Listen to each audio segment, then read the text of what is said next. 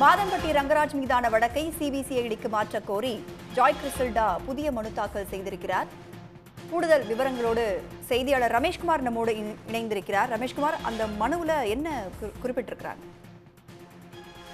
அதாவது இந்த கோவை சேர்ந்த பிரபல சமையல் கலைஞரும் நடிகருமான அந்த மாதம்பட்டி ரங்கராஜ் தன்னை 2வது முறையா திருமணம் செய்து கொண்டு கர்ப்பமாகிவிட்டதா, தன்னை ஏமாற்றி விட்டதா பிரபல ஆடை வடிவமைப்பாளர் ஜாய் கிறிஸ்டல் புகார் தான் பரபரப்பாக பேசப்பட்டு வருகிறது.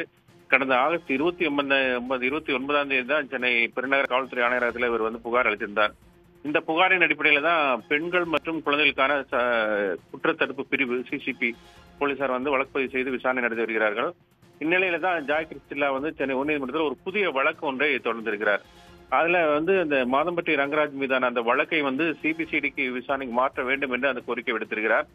அந்த மனுவில் என்ன தெரிவித்திருக்கிறார் என்றால், மாதம்பட்டி ரங்கராஜ் மீது ஜாமீனில் வெளிவரக்கூடிய பிரிவுகளின் கீழ் வழக்கு பதிவு செய்யப்பட்டுள்ளதாகவும், ஆனால் தான் அளித்த புகார்ல மோசடி மற்றும் மிரட்டல், கொடுமைப்படுத்துதல், கருச்சிதைவு ஏற்படுத்தல், மின்னணு பதிவுகள் அளித்தல் உள்ளிட்ட பிரிவுகளின் கீழ் புகார் அளித்ததாகவும் குறிப்பிட்டிருக்கிறார்.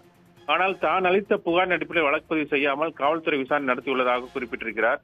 காவல்துறையினுடைய விசாரணை திருப்திகரமாக இல்லை என்றும், கடந்த 1.5 மாதமாக எந்த ஒரு நடவடிக்கை எடுக்கப்படவில்லை என்றும், இது காவல்துறையினுடைய செயலற்ற தன்மையை காண்பிப்பதாக அந்த மனுவில் சுட்டிக்காட்டியிருக்கிறார். காவல்துறை உரிய முறையில விசாரணை நடத்தாததால் தான் மகளிர் ஆணையத்தில் புகார் செய்ததாகவும் மனுவில் கூறியிருக்கிற ஜாய் கிறிஸ்டல்லா, காவல்துறை மெத்தனமாக உள்ளதாகவும், நம்பகத்தன்மையுடன் விசாரணை நடைபெறவில்லை என்றும், மேலும் இவர் பிரபல சமையல் கலைஞர் என்பதனால முக்கிய பிரமுகர்கள், அரசியல்வாதிகள் மற்றும் மூத்த அதிகாரிகளின் வீடுகளில் குடும்ப திருமண நிகழ்வுகளில் அவர்கள் கேட்டரிங் சேவையை பயன்படுத்துவதனால காவல்துறை ஒரு பாரபட்சமாக விசாரணை நடத்துவதாக அந்த மனுவில் தெரிவித்திருக்கிறார்.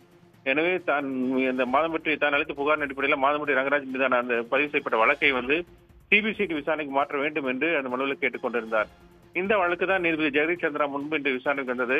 அப்பொழுது காவல்துறை தரப்பில் ஆஜரான வழக்கறிஞர் இதுல வழக்குல பதிலளிக்க வேண்டும் என்றும், எனவே கால அவகாசம் வேண்டும் என்றும் கேட்டுக்கொண்டார். இதையடுத்து நீதிபதி வழக்கு விசாரணை வருகிற 12ஆம் தேதி ஒத்திவைத்திருக்கிறார்.